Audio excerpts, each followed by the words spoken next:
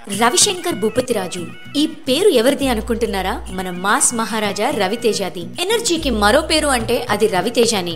Cinema పైన మక్కువతో cinema ఇండస్ట్రీకి వచ్చిన రవితేజ ఆజ్ కా గూండా, రాజ్, చైతన్య లాంటి సినిమాల్లో చిన్న చిన్న క్యారెక్టర్స్ వేసి తర్వాత కృష్ణవంశీ, మహేష్ భట్ లాంటి పెద్ద పెద్ద డైరెక్టర్స్ దగ్గర అసిస్టెంట్ డైరెక్టర్ గా కూడా వర్క్ చేశారు. కృష్ణవంశీ చేసిన సింధూరం అనే సినిమాలో వన్ ఆఫ్ ద హీరోగా చేసిన రవితేజ వెంటనే శ్రీను వైట్ల నీ కోసంలో సోలో హీరోగా తన మొదటి మెట్టు ఎక్కారు అని చెప్పొచ్చు. రవితేజ నిన్నే పెళ్లాడతా మూవీకి అసిస్టెంట్ డైరెక్టర్ గా వర్క్ చేశారు. అదే షూటింగ్ టైంలో ఒక వ్యక్తి వచ్చి రవితేజని చూపించి ఇతనన్న హీరో అన్నారట. అప్పుడు ఎవరు రియాక్ట్ అవ్వలేదు, కానీ తర్వాత తెలిసింది ఆ డైరెక్టర్ రవితేజలోని స్టామినా ఏంటో చూపించారు అని. తనలో ఉన్న ఎనర్జీని, యాక్టింగ్ స్పిరిట్ ని మన ముందుకు తీసుకొచ్చిన డైరెక్టరే పూరి జగన్నాథ్. ఇట్లు శ్రావణి సుబ్రహ్మణ్యంతో మొదలైన అస్సలు సిస్సులు రవితేజ ఫిల్మ్ జర్నీ ఈడియట్ ద్వారా లవ్ బాయ్ గానే కాదు, అమ్మా నాన్న తమిళమ్మాయితో ఫ్యామిలీ హీరోగా కూడా మనందరికీ దగ్గరయ్యారు. నేనింతే సినిమా ద్వారా నందిని కూడా కైవసం చేసుకున్నారు రవితేజ.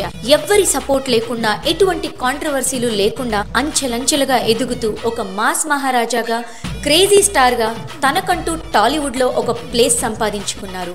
ఈ రోజు మనం మాస్ మహారాజా రవితేజ పుట్టినరోజు సందర్భంగా ఇవే ఆయనకు మా హృదయపూర్వక జన్మదిన శుభాకాంక్షలు. Happy birthday Raviteja.